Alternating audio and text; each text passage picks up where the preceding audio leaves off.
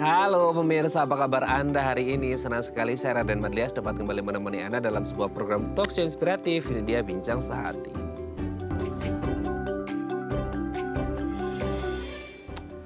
Ya pemirsa, beberapa waktu yang lalu itu saya sempat ada lihat video gitu ya dari seorang pasien, ibu-ibu.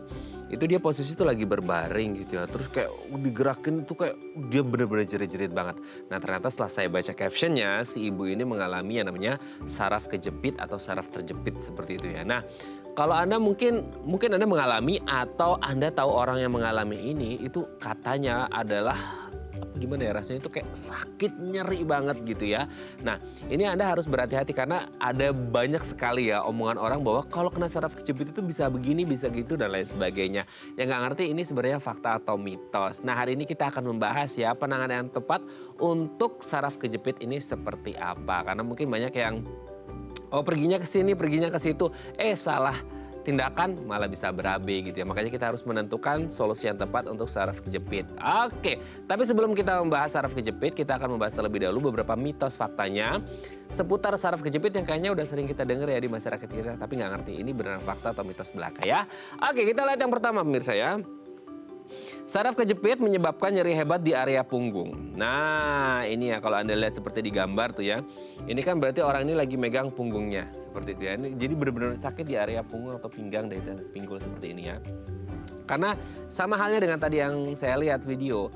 Ketika kita ngomongin orang dengan saraf kejepit, saraf itu kan sesuatu yang penting banget gitu ya. Terus ketika bayangin aja, jangankan saraf, tangan kita kejepit aja itu rasanya sangat luar biasa sakit gitu ya.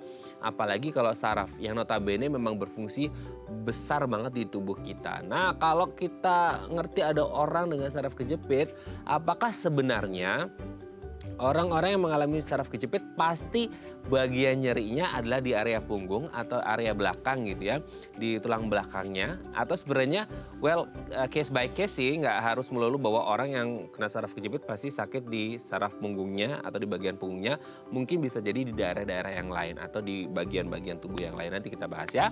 Oke, kita lanjut yang kedua pemirsa ya. Orang yang mengalami saraf kejepit akan cacat seumur hidup. Aduh ini ngeri banget ya, apalagi kalau kita lihat, saraf itu kan sesuatu yang sangat penting dalam kehidupan kita. Sesuatu yang kayaknya erat katanya dengan sendi, dengan tulang. Nah bayangin kalau orang mengalami saraf kejepit, apalagi selama ini kita sering dengar orang nggak ngerti ya, karena mungkin penanganannya yang nggak tertangani dengan baik atau terlambat. Sehingga banyak akhirnya merasakan sakitnya sangat luar biasa dan tidak terobati dengan baik. Alhasil orang mengatakan bahwa ini pasti akan cacat seumur hidup karena mengalami saraf kejepit. Nggak ngerti apakah cacat ini gara-gara saraf kejepitnya atau karena penanganannya tidak baik. Nanti akan kita bahas ya, benar-benar bisa membuat cacat seumur hidup atau enggak. Harapannya sih enggak ya, nanti kita bahas ya. Oke, kita lanjut yang ketiga pemirsa ya. Nah ini dia, selama ini kan kita ngerti bahwa yang namanya olahraga itu baik untuk kesehatan, betul ya gitu ya. Tapi apa jadinya kalau olahraga dilakukan sama mereka yang mengalami saraf kejepit? Di satu sisi gini, kita ingin sehat, betul ya. Kita ingin tetap berolahraga, bugar, fit dan lain sebagainya. Tapi di satu sisi orang ini mengalami saraf kejepit. Gimana mau berolahraga? Mau bergerak sedikit aja itu katanya nyerinya, sakitnya sangat luar biasa. Tapi kita juga dituntut untuk sehat. Nah salah satunya adalah dengan beraktivitas fisik dong, yaitu berolahraga. Nah apakah kasus ketika orang mengalami saraf kejepit ini harus benar-benar yang bed rest gitu ya, di atas tempat tidur nggak boleh ngapa-ngapain karena bergerak sedikit aja sakit? Atau sebenarnya ya tetap sih harus bergerak juga, ada aktivitas fisik, salah satunya adalah berolahraga. Cuman mungkin quote and quote ada satu syarat dan ketentuan berlaku lah ya ketika kita ngomongin olahraga bagi orang yang ada riwayat saraf kejepit. Boleh sih berolahraga, cuman mungkin olahraganya harus yang dipilih, intensitasnya yang ringan dan lain sebagainya. Nanti kita bahas ya, ini berdampak baik atau justru bisa memperburuk kondisi saraf kejepitnya kalau orang ini punya saraf kejepit dan harus berolahraga. Nanti kita bahas ya. Oke, kita lanjut yang keempat pemirsa. Lansia katanya adalah golongan yang rentan banget mengalami saraf kejepit. Meskipun selama ini kayaknya saya juga sering menemui orang-orang yang masih di usia produktif yang mengalami saraf kejepit gitu ya. Tapi apakah ketika kita ngomongin proses aging seseorang gitu ya, ketika sudah bertambah usianya menjelang lansia 40, 50, 60 gitu ya, ini akan lebih berisiko? Ya gimana ya, karena sistem metabolik menurun, degeneratif dan lain sebagainya sehingga kinerja tubuh, organ itu pasti akan menurun. Dan salah satunya mungkin berhubungan dengan tulang belakangnya, dengan sarafnya, sendinya, tulang dan lain sebagainya. Nah, apakah orang-orang yang sudah mau masuk usia-usia senior gitu ya, lebih rentan mengalami saraf kejepit atau sebenarnya nggak ada batasan range usia sebenarnya kalau kita ngomongin saraf kejepit. Semua range usia berisiko mengalami saraf kejepit kalau memang terjadi pemicu atau ada faktor risikonya gitu ya. Oke, nanti kita bahas ya. Kita lanjut yang terakhir pemirsa. Sering kesemutan itu tandanya saraf kejepit. Nah, ini dia ya bagi Anda yang suka kesemutan. Padahal kemarin kita baru bahas tentang kesemutan ya. Tapi kalau kita ngomongin kesemutannya yang, kan ada ya kesemutan yang sebentar aja nih gitu terus dilurusin, nggak kesemutan lagi, enak gitu. Tapi ada yang kayak kesemutan terus kemudian dilurusin tapi masih nggak hilang-hilang juga kesemutannya. Nah, apakah ini tanda dari saraf kejepit? Karena gini, banyak juga ya sering kita dengar, oh iya berarti kalau kesemutan berarti kan ada yang kayak pembuluh darahnya atau sarafnya dia kayak kejepit sehingga timbullah sensasi-sensasi seperti ada semut-semut yang menggerayangi kaki kita atau menggerayangi tubuh kita seperti itu ya. Oke, itu tadi beberapa mitos atau fakta seputar saraf kejepit dan kami akan membahasnya sesaat lagi. Tetap bersama kami di Bincang Sehati.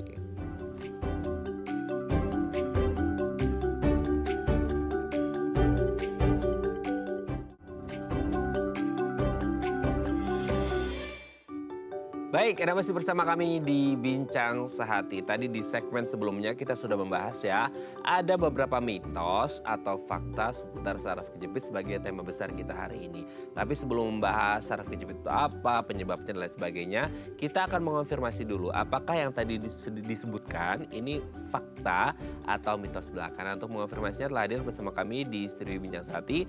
Ada Dr. Imade Budi Setiawan, MBiomed, SPOTK Spine, dokter spesialis ortopedi dan traumatologi, konsultan tulang belakang dari Rumah Sakit IMC Cikarang. Selamat pagi Dokter Budi, Dokter Badi. Selamat pagi dok, apa kabar? Selamat pagi Mas Raden. Sehat ya dok ya? Sehat. Oke, dok hari ini kita akan membahas yang sebenarnya ternyata kasusnya agak lumayan banyak gitu ya. Kalau kita ngomongin saraf kejepit. Tapi sebelum kita ngomongin penyebabnya apa, gejalanya dan penanganannya, kita bahas terlebih dahulu yang umumnya dulu, mitos faktanya. Yang kebetulan kayaknya kita udah sering dengan, tapi mungkin orang nggak ngerti kali ya dok ya, mungkin dia mengalami saraf kejepit tapi dia nggak tahu kalau itu saraf kejepit gitu ya. Kita akan bahas yang pertama dulu. Saraf kejepit itu katanya menyebabkan nyeri yang hebat banget rasanya itu di area punggung. Betul seperti itu atau enggak sih? Atau sebenarnya ya case by case juga, kalau memang areanya saraf kejepitnya di punggung ya nyerinya di punggung, tapi kalau yang lain mungkin di daerah yang lain itu gimana dok? Iya, jadi ini fakta betul. Jadi kalau terjadi saraf terjepit bisa di punggung atau di daerah lain di tubuh kita, memang yang paling awal gejala yang muncul adalah nyeri. Dan intensitas nyerinya tergantung daripada seberapa besar tekanan pada saraf. Kalau dia sangat tertekan, sarafnya pasti akan mengeluarkan atau menimbulkan nyeri yang hebat. Oke. Tapi tidak berarti harus di area punggung aja berarti ya dok ya? Ya. Dalam artian ketika munculnya misal di mana, maka yang akan nyeri di bagian itu gitu ya? Betul. Misalnya kejepitnya di leher, ya nyerinya di leher. Atau di punggung atas juga bisa. Jadi kalau misalnya terjepitnya memang paling sering di punggung bawah, nyerinya pasti akan terasa di situ ya? situ. Oke. Berarti memang nyerinya sangat luar biasa. Kalau mungkin kita punya pain tolerance berbeda-beda, tapi kalau ngomongin udah pain tolerance-nya si saraf kejepit pasti udah dahsyat lah ya. Gitu ya. Oke dok, kita lanjut yang kedua ya. Orang yang mengalami saraf kejepit, nah ini serem banget ya. Katanya bakal cacat seumur hidup. Betul nggak sih dok? Jadi ini sebenarnya tergantung ya Mas Raden. Kalau saraf terjepit pada fase awal atau pertama kali baru terkena saraf terjepit, biasanya belum sampai yang kita sebut sampai dia jadi cacat. Gitu. Karena komplikasi dari saraf terjepit itu salah satunya memang terjadi yang namanya gangguan motorik atau kelumpuhan. Nah, kelumpuhan inilah yang nanti kalau misalnya dibiarkan saraf terjepit tidak diobati dengan baik, akan mengakibatkan kecacatan. Gitu. Jadi tapi kalau misalnya baru pertama kali kena saraf terjepit, keluhan yang paling pertama ya yang tadi nyeri ya, belum sampai terjadi kecacatan. Tapi kalau misalnya dibiarkan terus-terusan nanti bisa jadi cacat. Oke, berarti intinya adalah tidak mendapatkan atau belum mendapatkan penanganan sampai benar-benarnya kondisinya buruk banget, bisa jadi komplikasinya menuju ke cacat. Tapi Betul. tidak semuanya, apalagi Tidak untuk yang di kasus-kasus awal gitu ya dok ya. Betul. Oke, kita lanjut yang ketiga. Nah ini, banyak orang ingin sehat, entah itu dengan makan yang sehat, pola istirahat, dan salah satunya adalah berolahraga. Nah ini akan jadi dilematis bagi orang-orang yang punya riwayat saraf kejepit dok. Iya. Di satu sisi ingin sehat dengan berolahraga, di satu sisi aduh gitu ya kalau bahasa nyeri banget itu bahasa pasti gitu. Tadi kan dokter Budi juga menyebutkan itu nyerinya bener-bener nyeri banget, suruh berolahraga pula gitu kan. Gimana lah dok? Jadi sebenarnya olahraga itu juga salah satu treatment untuk mengatasi saraf terjepit. Tapi dalam kondisi akut, kita sebaiknya obati dulu nyerinya. Jadi kalau kita dalam kondisi nyeri kita suruh olahraga, apapun jenis olahraganya pasti akan membuat tubuh kita akan semakin nyeri. Jadi obati dulu nyerinya, jadi nyerinya begitu toleransinya berkurang ataupun nyerinya sudah membaik, baru kita berolahraga. Jadi kalau misalnya kita dalam kondisi masih akut, nyerinya hebat, jangan olahraga dulu. Jadi, Bisa nangis ya. Iya, jadi apapun olahraganya pasti akan membuat tambah nyeri. Kalau nanti sudah mendingan, nyerinya juga sudah menurun, kita baru mulai mencegah untuk terjadinya saraf kejepit di lain kali kita dengan olahraga. Gitu. Berarti memungkinkan ya dok ya bagi mereka-mereka pasien saraf kejepit yang ketika di quote and quote kondisi tertentu mereka bisa berolahraga. Betul. Intensitasnya juga harus berpengaruh dong dok di situ. Betul. Jadi jangan Weightlifting lagi. kita harus mulai dari olahraga yang low impact dulu ya, Mas Raden. Jadi jangan langsung hajar pakai olahraga yang berat. Misalnya yang sifatnya kayak tadi weightlifting. Oh, saya mau nge-gym aja nih, mau ngangkat-ngangkat gitu. Wah, ya tambah parah kondisinya nanti. Ya olahraganya jangan yang olahraga versi prestasi ya, atlet itu jatuhnya. Oke dok, kita lanjut ya yang keempat. Nah ini dia. Salah satu golongan dengan range usia tertentu itu relatif katanya berisiko, yaitu lansia. Nah kalau kita ngomongin risiko, ya karena proses degeneratif tubuh, aging dan lain sebagainya pastilah karena kinerja tubuh pasti akan menurun. Tapi kalau kaitannya dengan saraf kejepit, lansia itu berisiko nggak sih dok? Betul. Jadi faktor resiko daripada saraf terjepit salah satunya adalah usia. Oke. Namun prevalensi yang paling tinggi tetap pada usia yang aktif. Oh justru yang aktif. Iya, jadi tetap mereka yang paling tinggi ya rata-rata 30 sampai 50 tahunan. Tapi kalau pada lansia memang rentan terhadap saraf terjepit. Kenapa? Karena biasanya pada lansia aktivitasnya kan berkurang. Oh. Jadi nggak banyak bergerak atau malah tidak pernah olahraga sama sekali. Sedangkan yang tadi dibilang proses aging tetap berjalan seiring Betul. dengan bertambahnya usia. Nah, salah satu penyebab dari saraf terjepit pada orang tua adalah aging di sekitar struktur saraf atau sering kita sebut dengan stenosis. Nah, itu yang menyebabkan kalau misalnya pada pasien-pasien lansia yang jarang bergerak atau ada faktor risiko yang lainnya akan lebih rentan dibandingkan usia lain. Makanya kita harus menabung ya dok ya, menabung dalam artian kesehatan. Kesehatan, betul. Investasi dari muda, jangan sampai betul sih range usia lansia rentan mengalami ini itu dan lain sebagainya, tapi kalau bisa tidak gitu ya, tetap sehat ya. Oke, yang terakhir, nah ini dia sering banget.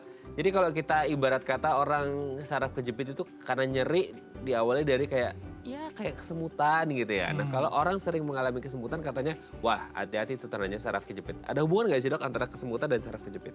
Ada. Jadi sebenarnya kesemutan itu tidak selalu disebabkan oleh saraf terjepit.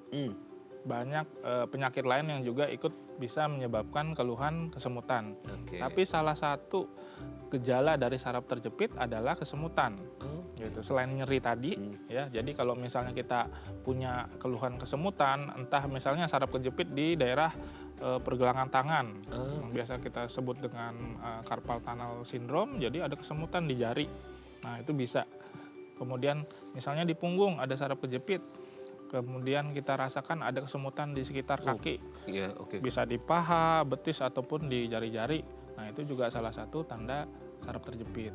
Jadi kalau misalnya ada rasa seperti yang digerayangin semut, Ya betul. kemudian ada seperti kayak kebas, nah kemungkinan besar bisa saraf terjepit. Itu sifatnya kesemutan kalau karena saraf kejepit dia sifatnya hilang timbul atau terus sih dok? Tergantung berat ringan saraf terjepitnya. Kalau misalnya masih awal biasanya hilang timbul. Jadi rasanya kadang-kadang dalam posisi tertentu pasien mengatakan, oh ini kesemutan. Tapi berubah posisi hilang. Nah tapi kalau yang sudah berat biasanya terus-terusan. Jadi kalau pada kaki kejepit di punggung terasa nih terus gini berubah posisi nggak ada perbedaan Betul. gitu dan lebih intens. Gitu. Jadi kalau misalnya dia masih ringan, mungkin masih hilang timbul, tapi kalau sudah lebih berat, lebih sering dan lebih banyak areanya yang terkena. Gitu. Oke, dan kalaupun dilurusin dan lain sebagainya dia nggak ngefek gitu kalau ya dok. Ngefek. Karena kalau yang kesemutan biasa kan harusnya kayak misal kita duduk bersila terus dilurusin dia pasti akan ngalir lagi. Gitu Iya, kalau itu kan saraf terjepit karena memang Posisi positioning posturnya ya. Oke. diperbaiki biasanya kembali. Oke. Thank you, Dokter Budi. Sama-sama, Ini Mas Raden. mitos faktanya sudah terjawab. Nanti kita lanjut lagi lebih mendalam tentang saraf kejepit di segmen selanjutnya ya. Ya. Oke pemirsa, kalau Anda punya pertanyaan seputar tema kita hari ini boleh tanya-tanya di 0212903244 atau DM Instagram kami di @daifamily. Kami akan kembali saat lagi.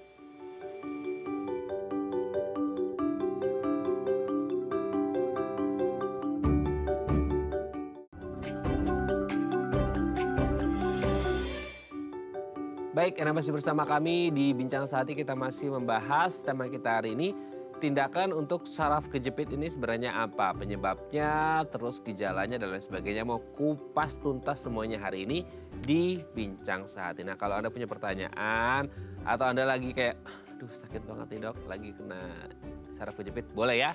Tanya-tanya di 0212903244 atau DM Instagram kami di @daifamily. Kita masih bersama dengan Dr. Imade Budi Setiawan, M.Biomed, SPOTK Spine, dokter spesialis ortopedi dan traumatologi, konsultan tulang belakang dari Rumah Sakit IMC Cikarang. Oke dokter Budi, kita lanjut lagi. Ya. Saraf kejepit, jadi kayak kalau orang awamnya ya saraf ya sesuatu yang ada di dalam tubuh gitu ya, yang bisa kita mungkin ini kayaknya saraf atau apa gitu. Terus kemudian kejepit, itu pasti kan rasanya sangat luar biasa. Tapi kalau secara medis, saraf kejepit ini apa pengertiannya dan kondisinya seperti apa sih dok? Jadi sama seperti bahasa awamnya saraf kejepit, secara medis kita bisa definisikan saraf terjepit itu adalah di mana terdapat kompresi pada saraf atau penekanan. Oke. Jadi kalau ada saraf dimanapun itu lewat, terjadi penekanan oleh apapun yang ada di sekitarnya.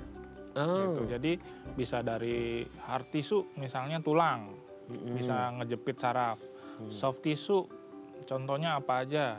Jaringan ikat, misalnya kayak ligamen, otot, kemudian bisa juga karena pembuluh darah, ya, bisa juga karena penyakit yang lain, contohnya infeksi, tumor atau apapun yang menekan saraf. Gitu. Kalau di tulang belakang biasanya diskus atau bantalan tulang. Gitu. Jadi menekan karena diskusnya dia misalnya menonjol ke belakang sehingga saraf yang lewat di sana tertekan oleh si diskus sehingga menimbulkan keluhan. Gitu. Jadi sebenarnya sama bahasanya kayak bahasa awam. Saraf terjepit ya memang ada kejepitan pada saraf.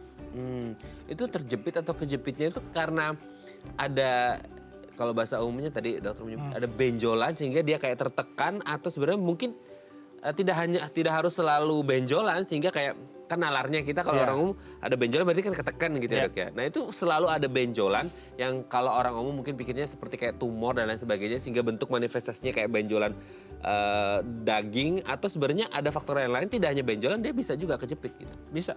Jadi kalau yang secara umum kita pernah dengar mungkin yang HNP ya, ya herniasi dari nukleus pulposus. Nah itu paling sering pada usia dewasa muda. Kenapa? Karena diskusnya itu terdiri dari dua bagian, ada bagian luar dan dalam. Nah yang keluar ini bagian dalam menekan si saraf.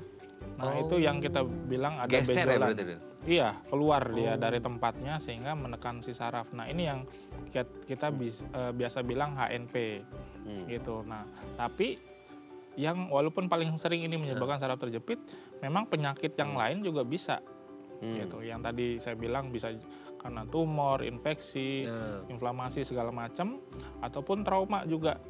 Oke. Nah, jadi misalnya jatuh, kemudian ada tulang belakang yang bergeser. Oh, Nah, iya, tulangnya iya. ini akan menjepit si saraf gitu. Jadi jepitnya oleh siapa Oh, beda-beda, macam-macam oke. gitu. Tapi keluhannya hampir sama ya, pasti nyeri dulu Oke. gitu. Jadi itu yang kita bilang secara awam saraf kejepit. Siapa yang ngejepit? Bisa macam-macam. Oh, bisa gitu. macam-macam ya. Iya. Jadi tidak harus benjolan, bahkan yang bergeser kayak tadi pun Ya. itu bisa menyebabkan, iya iya betul juga, make sense ya. Jadi kejepit dan itu pasti sensasinya rasanya luar biasa nyeri gitu ya. Tapi kalau kita berbicara tentang saraf kejepit dengan kondisi seperti ini, kan ada orang bilang, berbahaya nggak sih? Karena kan nggak kelihatan ya dok ya. Iya. Bukan kayak yang luka menganga itu orang bisa menilai, oh ini bahaya nih, kayaknya busuk nih, itu amputasi dan lain sebagainya. Nah kalau saraf kejepit itu seberapa berbahaya sih dok? Jadi berbahaya ini kan definisi setiap orang berbeda ya. Ada yang bahaya misalnya mengancam nyawa.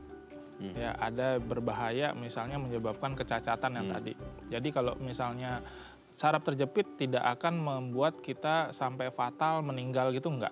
Tapi yang tadi saya bilang bisa sangat mungkin menjadi cacat akibat penanganan yang salah gitu. Jadi kalau kita bilang bahaya ya cukup bahaya. Kenapa? Kalau misalnya kita cacat, kita nggak bisa ngapa-ngapain, kita nggak bisa bekerja, aktivitas segala macam. Makanya kalau misalnya kena saraf kejepit, pasien nggak bisa ngapa-ngapain. Kenapa? Sakit banget. Lebih milih diem, tiduran, bed rest daripada bergerak. Kalau bergerak sedikit udah sakit. Nah, jadi kalau misalnya dibiarkan atau tidak ditangani dengan tepat, ya pasti akan berbahaya. Tapi berarti masuk berbahaya itu ketika sudah benar-benar di apa bahasnya, kalau stadium itu stadium akhir dan tidak tertangani dengan baik gitu ya dok ya? Atau gimana? Iya, jadi kalau misalnya salah satu komplikasi saraf terjepit adalah kelumpuhan. Nah, jadi kelumpuhan tidak langsung saraf kejepit kena sekarang langsung lumpuh enggak. Kecuali yang sifatnya memang akut, misalnya trauma atau benturan keras, ya itu lain lagi ya. Tapi kalau misalnya terjadi secara kronis, pelan-pelan, kemudian pengobatannya tidak adekuat, tidak cukup ataupun salah, ya lama-lama akan terjadi yang namanya kelumpuhan. Lumpuh pasti artinya cacat. Begitu kita cacat, kita tidak bisa ngapa-ngapain ya. Mungkin secara berbahaya mengancam nyawa enggak, tapi kan aktivitas kita pasti terganggu. Betul. Gitu. Begitu kita aktivitas terganggu, tidak bisa ngapa-ngapain, bekerja nggak bisa, kemudian bergerak juga kakinya harus pakai alat bantu. Nah itu yang kita tetap bilangnya itu berbahaya. Gitu. Kenapa? Kalau sudah cacat akan sulit untuk kembali sembuh. Sembuh normal 100%. Nah, jadi makanya itu kita bilang jangan sampai menunggu ada komplikasi baru berobat. Oke dok, sebelum lanjut ini ada penelpon, kita sapa terlebih dahulu ya. Ya. Halo, selamat pagi. Dengan siapa di mana? Selamat pagi Pak, saya Tia di Ibu Jakarta Pusat. Tia. Iya, Tia. Tia di mana Bu? Jakarta Pusat. Di Jakarta Pusat, Iya, Pak, Bu ya. Tia di Jakarta Pusat. Silakan mau tanya apa ke Dokter Budi? Oh ya, selamat pagi Pak Dokter. Pagi Bu. Ya, gini Pak Dokter, saya itu kalau bangun tidur, tapi nggak setiap saat ya, punggung belakang saya yang bawah sakit ya. Itu. Terus ada lagi keluhan saya, 2 minggu yang lalu saya kebas di lidah, tapi nggak semuanya ya, di setengahnya. Terus lalu di atas bibir atas saya juga kebas, di setengahnya juga yang bagian kanan. Misalnya saya berasa nih, terus saya lagi sholat tuh berasa lagi berdiri, terus pas lagi ruku juga saya berasa, tapi begitu sujud hilang itu. Tapi begitu saya berdiri dan ruku lagi, saya berasa lagi sujud hilang. Apakah itu karena saraf kejepit Pak Dokter? Oke, Ya. Dokter Budi sebelum dijawab ada yang ditanyakan, mungkin ada riwayat penyakit apa, usia, berat badan, mungkin itu berlaku dok? Boleh? Ibu mungkin usia berapa Bu? Oh ya, usia saya 53 tahun, berat badan saya 62 kilo. Kalau boleh tahu pekerjaan? Pekerjaan saya ibu rumah tangga udah 2 tahun karena saya udah nggak bekerja lagi sejak 2 tahun yang lalu. Oke, ada olahraga nggak, Bu? Saya olahraga jarang, tapi belakangan ini saya sebulan ini saya itu olahraga seminggu 2 kali. Seminggu Tapi 2 kali. dulu-dulu enggak. Oke. Oke, ada riwayat penyakit nggak mau tanya dok? Riwayat penyakit mungkin Bu ada? Oh, kolesterol saya tinggi. Oh, oke. Selain itu, Darah tinggi ya? kencing manis gitu ada? Oh, enggak. Nggak ada ya. Apa. Oke, sudah jelas dok? Ya. Oke, terima kasih ya Bu Tia di Jakarta Pusat. Kita akan coba jawab bersama Dokter Budi. Sehat terus ya Bu ya. Salam untuk keluarga di rumah. Terima kasih Bu Tia. Oke, Ya. gimana dok? Jadi sebenarnya kalau kita lihat dari keluhan yang diungkapkan oleh Ibu Tia, pertama nyeri Nah, pas bangun tidur tuh. pas bangun tidur ya. Jadi kalau misalnya nyeri pas bangun tidur, apakah setelah bangun tidur nyeri, setelah itu dia aktivitas hilang atau hanya pada benar-benar saat bangun tidur aja? Nah itu harus kita cek sebenarnya apakah memang dalam posisi tidurnya itu ada masalah apa enggak. Contohnya salah satu yang menyebabkan nyeri pada saat bangun tidur adalah alas atau tempat tidur yang tidak rata atau padat. Nah, misalnya kasurnya meliuk, misalnya pakai kasur yang sifatnya kayak spring bed, kan itu biasanya lama-lama dia nggak lurus ya. Iya, betul. Iya. Atau kasur yang kayak busa, nah gitu. Kadang-kadang pasien banyak yang mengeluh ke saya juga bangun tidur rasanya kok malah sakit. Nah, itu satu, tempat tidur dulu. Kemudian yang kedua adalah biasanya kekakuan pada badan. Jadi kadang-kadang kalau pasien ada yang cenderung karena tidur dalam posisi tertentu yang terus menerus, misalnya suka tidur miring aja, nggak pindah-pindah gitu ya. Bisa bangun-bangun ya pasti sendinya pasti lebih kaku dibandingkan orang yang tidur dalam posisi yang misalnya ergonomis, dia tidurnya telentang gitu ya, atau berubah-ubah posisi. Nah itu kemudian atau memang ada kelainan di tulang belakangnya. Nah contohnya tadi sudah dibilang pada posisi ruku ya. bungkuk dia sakit ya. Iya. Tapi pas posisi bangun dia nggak sakit. Nah pada posisi itu mungkin struktur daripada sendi ataupun diskus itu yang sudah mengalami degenerasi karena umurnya juga sudah 50-an. Nah jadi begitu dia posisi yang nunduk akan terjadi kompresi atau penekanan yang lebih dibandingkan dia posisinya tegak begini. Nah itu sumber nyerinya harus kita cek juga apakah benar itu saraf terjepit atau nyeri dari sekitar struktur tulang belakang yang lain. Itu juga bisa. Gitu. Kemudian yang berikutnya olahraga juga. Ibunya baru belakangan olahraga. Artinya ya sebelum-sebelumnya nggak pernah olahraga ya mungkin juga akan terjadi masalah daripada fleksibilitas sendi dan tulang. Nah itu juga akan berpengaruh terhadap kondisi nyerinya. Gitu. Kalau tadi Bu Tia juga sempat mention ada rasa kayak kesemutan atau kebas di lidah atau bibir atas, itu bisa nggak sih dok kalau semisal case by case, nauzubillahnya ya, maksudnya ada kayak saraf kejepit atau masalah di tulang belakangnya, itu bisa nggak sih menjalar deh ke area mulut gitu dok? Biasanya kalau saraf kejepit di satu level dia yang kena adalah level bawahnya. Misalnya kalau di leher dia akan mengalami keluhan di anggota tubuh yang bawah. Pundak ke bawah gitu ya? Jarang sekali kejepit di Naik leher, keluhannya di atas. Jadi kalau misalnya ada keluhan di sekitar lidah atau mulut, mungkin ada jepitan tapi di saraf di sekitar wajah ataupun otak. Gitu. Tapi hubungan kalau tadi saraf kejepit sama saraf kejepit yang kesemutan kebas itu gara-gara kolesterol, hipertensi ada hubungan? Saya rasa sih enggak. Gitu. Karena nggak menimbulin itu gitu ya? Enggak, tapi bisa dipastikan dulu apakah hipertensinya terkontrol apa enggak sehingga ada gangguan daripada aliran darah ke otak. Nah itu nanti dicek apakah memang gangguannya pusat atau perifer, artinya di otak atau di saraf di sekitar wajah gitu. Karena yang mempersarapi lidah sama mulut ini kan ada saraf di wajah juga. Jadi kalau kita mau ngecek ya yang saya bilang tadi, Kalau ada jepitan ya kita cek yang bawahnya. Ke bawahnya. Oh, berarti kalau ada di mulut, Ya, berarti di atasnya ya, kepala. nggak mungkin di leher ke bawah gitu ya. Ya. Oh, oke ya. Gitu. Oke, berarti ini semoga ini bisa menjawab pertanyaan dari Bu Tia yang ada di Jakarta Pusat ya. Kalau mau cek langsung bisa ya, langsung tanya-tanya sama Dokter Budi ya. Terima kasih Bu Tia ya. Oke Dok, nanti kita lanjut lagi ya di segmen selanjutnya ya. Oke pemirsa, kalau Anda masih punya pertanyaan boleh tanya-tanya di 021 290 32644 atau DM Instagram kami di @daifamily. Kami akan kembali saat lagi.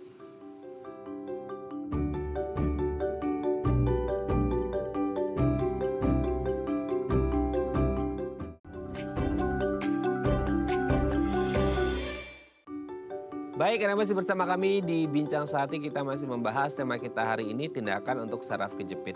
Kalau Anda punya pertanyaan, boleh tanya-tanya di 021 290 32644 atau DM Instagram kami di @daifamily. Kita masih bersama dengan Dr. Imade Budi Setiawan, MBiomed SPOTK Spine, dokter spesialis ortopedi dan traumatologi, konsultan tulang belakang dari Rumah Sakit IMC Cikarang. Oke, Dr. Budi, sebelum kita lanjut, ini ada penelpon lagi. Ini laris Boleh. nih Dr. Budi hari ini, laris pasien ya. Oke, halo, selamat pagi. Dengan siapa di mana? Ya, selamat siang, Pak. Ya. Saya Anton di Jakarta, Pak. Pak Anton di Jakarta, silakan. Pak Iya, selamat siang, Pak Dokter Bukti. Siang Pak Anton. Pak Anton, boleh dikecilkan volume TV-nya aja Pak. Kita komunikasinya lewat telepon. Ya, baik, Pak. Baik, Pak. Siap, Pak. Siap. Terima kasih Pak Anton. Ya, makasih. Oke, silakan Pak Ya, Anton mau Pak. tanya Saya apa ke Dr. Anton, Budi? Pak. Ya. Umur 59 tahun, saya pekerjaan dagang batik, Pak. Lengan saya, kiri saya, itu, Pak, kayak kebas, kayak kesemutan. Terus saya bekam, saya tusukin ke tangan kanan. Sekarang 10 jarinya kesemutan, Pak, kebas. Oh, Nah, saya tusukin tuh gimana ya Pak? Maksudnya? Pakai tusuk jarum yang... Oh, maksudnya Pak Pak, yang dibekam bekas-bekas. juga. Oh, gitu. Iya, dibekam badan ya Pak ya. Terus lengannya saya tusukin jarum gitu, Pak. oke. Di dua lengannya, dua-duanya. Iya, jadi 10 jari, Pak. Oke. Awalnya jari kiri Saya- aja. Iya. Sudah berapa Ya, lama ini terus Pak? udah lumayan lama, Pak. Udah dari November ya. November tahun lalu, Pak. Oke. Sudah pernah Terus berobat udah Pak? diobat. Sempat, Pak, berobat. Rutin sih, sekarang juga masih di terapi gitu. Oke. Di laser katanya ya. Sudah pernah dilakukan pemeriksaan apa aja Pak? Di foto lengan aja, Pak. Foto lengan, terus ke dokter tulang apa gitu, Pak. X-ray aja ya? Iya, ke dokter. Oke, Terus sudah apa jelas Dok? benar saya harus pengobatan tradisional juga, minum air daun salam gitu, Pak Dokter? Oke. Ya baik Pak. Oke, mungkin dokter ada yang ditanyakan lagi atau sudah jelas? Mungkin penyebab awalnya bisa ngerasa nggak enak di tangan kirinya? Bapak ada riwayat penyakit yang lain mungkin? Nggak ada, Pak. Oh, nggak Paling ada. gejala aja, Pak. Gejala kolesterol, gejala gitu. Nah, oke, nggak terlalu tinggi gitu Darah ya. tinggi juga gejala. Nggak tinggi banget, cuman batas maksimum gitu, Pak. Nah, Kesemutannya terus-menerus tapi ya Pak ya? Iya, terus menerus. Saya sampai pakein apa aja tuh, pakai GPU, pakai hot interim gitu. Leher ada sakit nggak Pak? Leher sih enggak, Pak. Enggak ya, oke. Oke, Heeh. oke, sudah jelas Dok? Ya, sudah. Oke, terima Tidak, kasih Pak, saya ada lagi, Iya, Pak. boleh, Saya Pak. pernah jatuh di motor. Dari Terus motor? saya punya lutut gitu sakit, Pak. Ngilu. Nah, itu apa saraf kejepit juga apa luka retak aja, Pak? Sudah lama ya Pak ya? Nah, itu sekitar 2 bulan lalu, Pak. Oke. Oke, sudah 2 jelas Dok? bulan, Pak. Ya. Oke ya, terima kasih Pak Anton. Kita akan coba jawab. Terima kasih, Pak. Terima Iya. kasih, Pak Dokter Budi. Selamat siang. Sama-sama. Selamat siang. Selamat Sehat siang, terus ya Pak Pak Anton. Anton ya. Ya. Terima kasih. Salam untuk keluarga di rumah. Oke Dok, gimana? Ya. Banyak nih pertanyaan dari Pak Anton ya. Gimana Dok? Jadi untuk kesemutan di tangan, sama seperti pertanyaannya Bu Ita juga ya, kalau kesemutan di ini. Jadi kita selalu berpikir pertama lokal atau sistemik. Lokal itu maksudnya apa? Jadi kalau ada jepitan saraf, apakah ini di tangan ataupun di atasnya, bisa di leher. Oke. Nah, kalau misalnya dia ada kesemutan yang awalnya di tangan kiri, kemudian ikutan sekarang kanan juga. ke kanan juga, mungkin sudah pernah diperiksa X-ray, tidak ditemukan kelainan gitu misalnya, karena biasanya yang seperti saya bilang penekanan oleh saraf nggak selalu oleh tulang aja, bisa jaringan yang lain. Nah, kalau misalnya jari, 10 jari yang kena, artinya di sini yang mempersarapi banyak sarafnya. Oke. Kecuali ada saraf-saraf tertentu yang kejepit, kita bisa lihat apakah dia hanya 3 jari aja. Nah, ini contohnya yang di sini medianus, atau yang 2 ini misalnya dia dari siku itu kejepit. Nah, kalau misalnya ini semua jari kanan kiri, apalagi kita curiga yang pertama apakah ada di leher sentral. Gitu. Apakah Justru awalnya dari sini gitu ya? ya. Tapi tadi saya tanya bapaknya ada keluhan di leher, nggak ada. Nggak ada. Nah itu, tapi tetap harus dicek dulu ya, apakah ada masalah di leher, benar-benar nggak ada, atau memang ada sesuatu.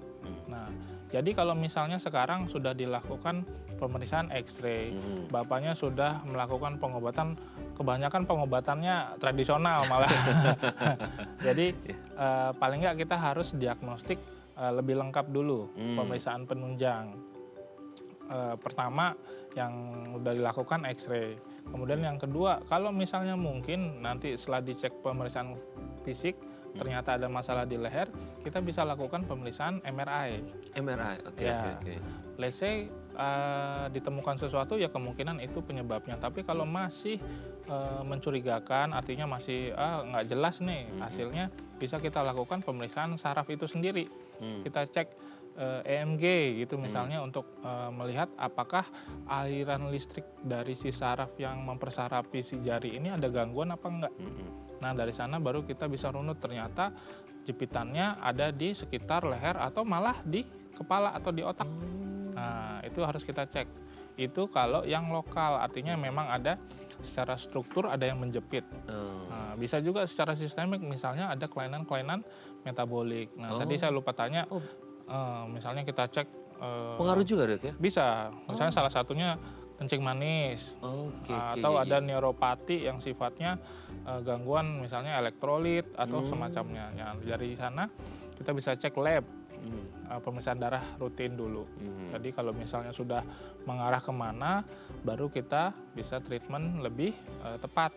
Gitu. Jadi kalau sudah bekam, tusuk-tusuk apa gitu, ya berarti memang tidak efektif, jangan dilanjutkan dulu.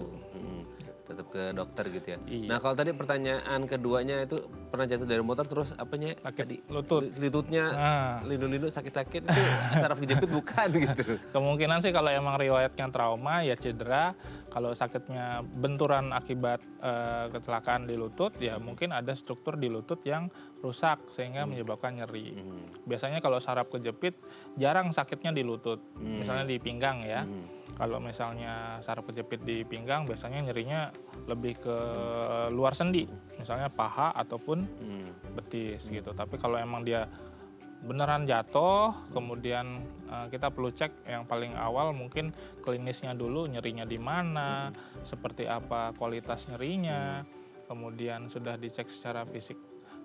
Kita perlu pemeriksaan penunjang yang paling awal, yaitu paling X-ray karena ada benturan, apakah tulangnya misalnya patah, ada retakan, atau sendinya rusak karena benturan, itu juga bisa kita cek.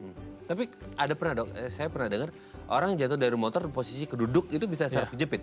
Bisa, karena kan tulang belakang. Jadi pada saat kita jatuh terduduk, gaya yang terjadi atau yang dihantarkan itu pasti mengalir ke tulang belakang juga.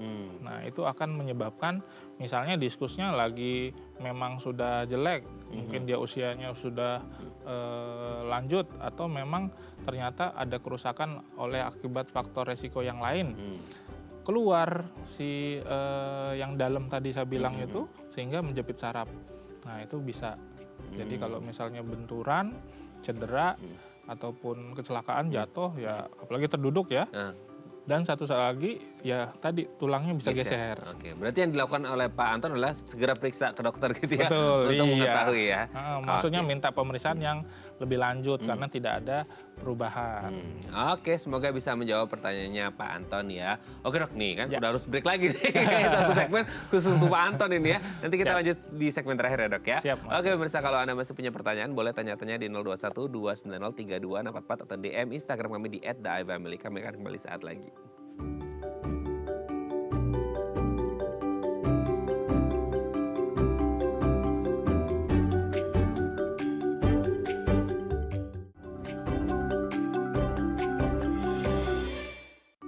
Baik, Anda masih bersama kami di Bincang Sehati, masih membahas seputar tindakan untuk saraf kejepit bersama dengan Dr. Imade Budi Setiawan, MBiomed SPOTK Spine, dokter spesialis ortopedi dan traumatologi, konsultan tulang belakang dari Rumah Sakit IMC Cikarang. Oke dok, kita punya waktu yang sangat mepet sekali gitu ya. Segmen terakhir ini kita mau bahas treatmentnya deh gitu ya. Kalau tadi kita di awal-awal sudah sempat gejala dan lain sebagainya, treatmentnya gimana? Jadi secara umum pengobatan dari saraf terjepit sebenarnya bisa secara konservatif atau tanpa operasi, dan jalan terakhir baru kita lakukan tindakan operasi. Nah, kalau misalnya konservatif atau tanpa operasi sebenarnya bisa yang pertama dilakukan oleh si pasien mulai dari rumah atau datang ke dokter di rumah sakit. Misalnya kalau misalnya di rumah, pertama yang bisa kita lakukan kalau kena saraf terjepit, bed rest atau istirahat. Ya, jangan malah banyak bergerak. Terus yang kedua bisa misalnya minum obat painkiller. Nah, terkadang beberapa painkiller kan nggak efektif ya, artinya butuh dosis atau jenis yang lebih berat. Nah, kalau yang seperti itu tidak ada perubahan, nanti bisa datang ke dokter. Jadi painkiller yang sederhana dulu bisa dipakai di rumah. Kemudian yang ketiga bisa dengan korset. Jadi pakai pelindung gitu. Jadi kalau misalnya ada keluhan di pinggang, saraf terjepit, kita bisa pakai korset dulu. Ya, kemudian yang keempat bisa dengan kompres. Misalnya kompres es atau air panas juga bisa. Nah, misalnya keluhannya tidak ada perubahan, kemudian sudah bed rest, istirahat nih, cuti dari kantor, udah minum obat, tidak ada perubahan, datang ke dokter. Nah, pada saat kita lakukan pemeriksaan di rumah sakit, kita pasti akan menentukan treatment itu tergantung berat daripada keluhannya. Gitu. Setelah kita lakukan pemeriksaan fisik, kemudian kita lakukan pemeriksaan penunjang yang lengkap, baru kita tentukan option treatmentnya apa. Yang pertama pasti sama, kita coba dulu dengan obat-obatan analgetik atau painkiller yang istilahnya lebih kuat. Kemudian yang kedua kita bisa lakukan yang namanya fisioterapi. Nah, jadi fisioterapi kan kebanyakan memang dilakukan di rumah sakit. Ya, kemudian kita lihat ada perubahan apa enggak. Nah, kadang-kadang kita perlu masuk yang namanya pain management. Nah, beberapa contohnya mungkin sudah pernah dengar, tapi ini biasanya sifatnya temporary ya. Nah, contohnya disuntik, gitu, atau di laser. Nah, itu bisa kita lakukan tergantung penyebab dari saraf terjepitnya apa. Nah, kalau itu setelah kita lakukan semua tidak ada perubahan, barulah kita lakukan yang namanya tindakan yang sifatnya operasi. Gitu. Jadi sebenarnya sih operasi ini kan ditakuti oleh pasien. Ya, pasien itu biasanya berobat mencari aman, artinya jangan deh sampai dibedah. Betul. Tapi kita kalau melakukan tindakan pembedahan itu juga selektif. 80% pasien nggak pernah kita operasi. Hanya kondisi yang paling berat dan sesuai indikasi 20% aja datang baru kita lakukan tindakan operasi. Gitu. Jadi tindakan operasinya pun tidak menakutkan seperti zaman dulu lagi. Gitu. Operasi kalau dulu kan di blacknya besar, harus bed rest di rumah sakit lama. Habis itu nggak bisa kerja, pulang juga kan. Nah, sekarang treatment kita juga tidak seperti zaman dulu, kita dengan minimal invasif, jauh lebih nyaman buat pasien, jauh lebih safe buat pasien, sehingga pasien bisa return to activity lebih cepat. Komplikasi yang terjadi juga lebih rendah. Contohnya misalnya yang ditakutkan tindakan operasi apa? kelumpuhan. Oke. Biasanya itu yang ditakutkan. Dok, kalau saya operasi nanti lumpuh. Nah, kalau dengan tindakan yang sekarang Nah minimal itu tuh banyak invasif, tersebar. jadi mereka takut tuh datang ke dokter. Betul. Jadi nggak usah takut lagi, treatment pembedahan pun sekarang sudah sangat nyaman untuk pasien. Jadi kalau memang ada indikasi baru kita lakukan. Kalau enggak, pasti kita lakukan yang pertama dulu. Oh, Gitu. tapi dengan treatment atau tindakan yang ada, sebenarnya ada nggak sih dok dia bakal muncul lagi kalau faktor risikonya masih ada gitu? Bisa. Jadi kalau misalnya kita lihat beberapa faktor risiko masih dilakukan oleh si pasien, akan muncul keluhan di kemudian hari sangat mungkin.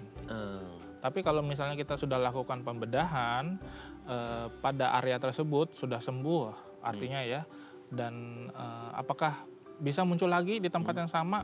Kemungkinan kecil bisa, kecil sekali, jarang malah ya. Oke. Tapi di tempat yang lain, karena tulang belakang kan banyak ruasnya ya Mas Raden, Betul. bisa terjadi di tempat yang lain. Oke. Bisa terjadi tapi mungkin minim kemungkinan di tempat yang sama, tapi mungkin bisa jadi di tempat yang lain gitu Iya. ya. Oke, terima kasih Sama-sama, Dr. Budi. Hari ini Mas kita Raden. mendapatkan banyak sekali pencerahan. Semoga yang di rumah yang lagi ngerasa sakit gitu ya, semoga cepat sembuh gitu ya. Semoga bisa menjalani semua treatment atau tindakannya dan tidak terjadi lagi gitu ya. Thank you ya dok, sehat Sama-sama, terus. Salam Mas untuk keluarga di Raden. rumah dan teman-teman di Rumah Sakit IMC Cikarang. Selamat pagi dok. Pagi. Oke pemirsa, itu tadi perbincangan kita dengan Dr. Budi. Semoga bermanfaat ya. Sorry juga nih buat tadi yang sudah telepon belum kita angkat karena waktu juga membatasi kita. Saya Raden Marlias pamit. Sampai jumpa dan selamat kembali beraktivitas di hari Senin yang indah ini. Ingat jaga kesehatan, jangan sampai mengalami saraf kejepit. Sampai jumpa. Thank you dok.